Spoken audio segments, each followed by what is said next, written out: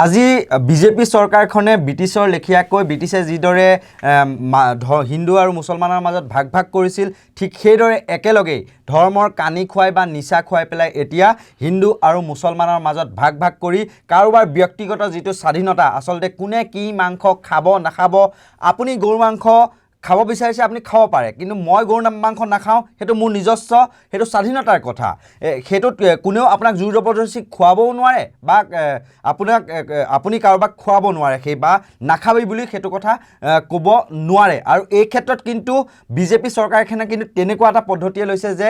hotel বা ৰেষ্টুৰেণ্টত গো মাংস বিক্ৰীৰ ক্ষেত্ৰত নিষেধাজ্ঞা আৰোপ কৰিছে এইখন হিমন্ত বিশ্ব শৰ্মাৰ চৰকাৰে আৰু এইটোৰ জৰিয়তে যাতে এই এনেকুৱা ধৰণৰ কথাবিলাক কৈ থাকিলে মানুহৰ মাজত আজি ঔষধৰ যিটো আকাশলংঘী মূল্যবৃদ্ধি হৈছে আজি ৰোগী যদি কিবা ৰোগত যদি আক্ৰান্ত হয় আজি ফাৰ্মাসীত গৈ বা ডক্টৰৰ ওচৰলৈ যাবলৈ ভয় কৰা পৰিস্থিতি এটা হৈছে এটা টেবলেটৰ দাম আজি 20% 30% কিছুমান টেবলেট আজি 50% পৰ্যন্ত দাম বাঢ়িছে যাৰ ফলত আজি ৰোগীৰ মানে মেডিচিন কিনিবলৈ ক্ৰয় কৰিবলৈ ক্ষমতা নোহোৱা হৈছে ইফালটো বস্তুৰ সামগ্ৰী অত্যাৱশ্যকীয় সামগ্ৰীৰ মূল্যবৃদ্ধি আছেই চাৰিওফালৰ পৰা ৰাইজক কুঙা কৰি আনিছে কৰৰ জৰিয়তে আজি অত্যাধিক পৰিমাণৰ কৰ আৰোপ কৰিছে কিন্তু এইবিলাক ঢাকি ৰাখিছে ধৰ্মৰ যিখন আচল এই যিখন পৰ্দা সেই পৰ্দাখনে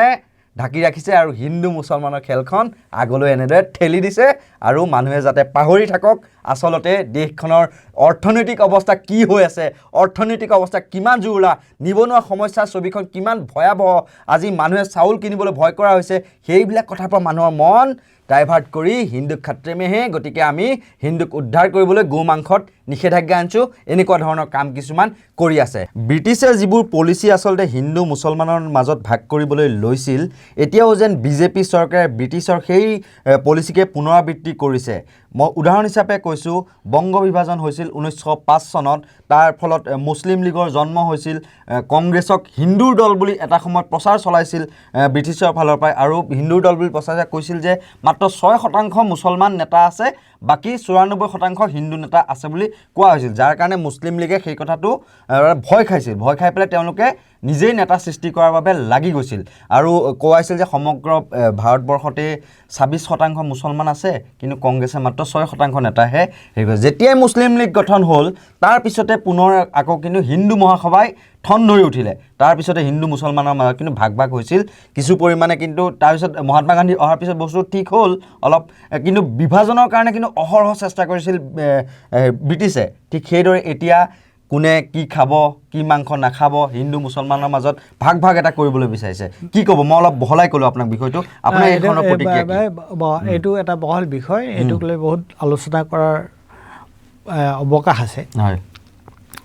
প্ৰথম কথাটো হৈছে যে 1905 চনৰ যিটো বংগভংগ আন্দোলন হয় আৰু সেই বংগভংগ আন্দোলনৰ বিৰোধিতা যিটো কৰিছিলে কোনে যিটো বিৰোধিতা কৰিছিলে যেতে কংগ্ৰেছৰ জাতীয়তাবাদী নেতৃত্বই তাৰ বিৰোধিতা কৰিছিলে আৰু বংগভংগ কৰা হৈছিল কিয় বংগভংগ কৰা হৈছিল এই কাৰণে যে যিটো যে হিন্দু মুছলমান সকলে লগ লাগি যিটো জাতীয়তাবাদী যিটো সেন্টিমেন্ট জাতীয়তাবাদী যিটো আবেগ জাতীয়তাবাদী যিটো চিন্তাধাৰা যিটো বিকাশ হৈছিল সেই জাতীয়তাবাদী চিন্তাধাৰাটোক যাতে তেওঁলোকে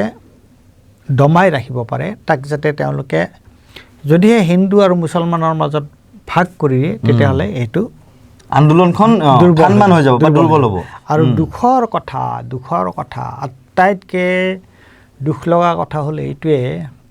যে ব্ৰিটিছৰ যিটো লিগেচি ব্ৰিটিছৰ যিটো পৰম্পৰাই ব্ৰিটিছে যেনেকুৱাকৈ ভাগ কৰি শাসন কৰাৰ যিটো কথা আজি যদি ভাৰতবৰ্ষ এখন আজি যদি পাকিস্তান যদি নহ'লহেঁতেন আৰু তাৰপিছত পাকিস্তান নহয় যদি বাংলাদেশ নহ'লহেঁতেন এতিয়া আমিতো গোটেইবোৰ একেখন দেশৰে নাগৰিক হ'লহেঁতেন বাংলাদেশ পাকিস্তান ভাৰত এখন দেশ ভাৰত যিখনক আৰু আজি ব্ৰিটিছে এই যিটো পৰম্পৰা সৃষ্টি কৰি থৈ গ'ল ভাগ কৰি এতিয়া বিজেপিৰ যিটো ৰাজনীতি সেই ৰাজনীতি কিহৰ ওপৰত নিৰ্ভৰ কৰিছে সম্পূৰ্ণৰূপে এই যিটো হিন্দু মুছলমানৰ ৰাজনীতি নহয় জানো গতিকে তেওঁলোকে সেইটো কৰিয়ে